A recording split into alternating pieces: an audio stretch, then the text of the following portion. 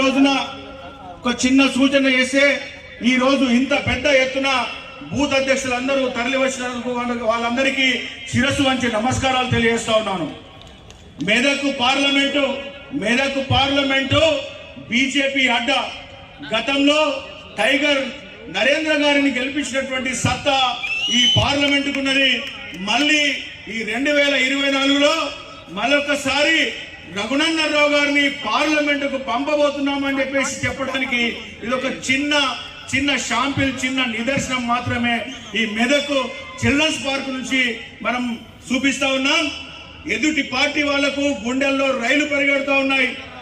మరి నరేంద్ర మోడీ గారి యొక్క హవా, ఇక్కడ రఘునందన్ రావు గారి యొక్క ప్రచారము, ఎక్కడికి వెళ్ళినా, ఏ మండలానికి వెళ్ళినా, ఏ గడపకు వెళ్ళినా, ఈసారి ఏ పార్టీలో ఉన్నా, ఎవరు వచ్చినా ఈసారి నరేంద్ర మోడీ గారు ఆశీర్వాదం ఇచ్చి పంపించిన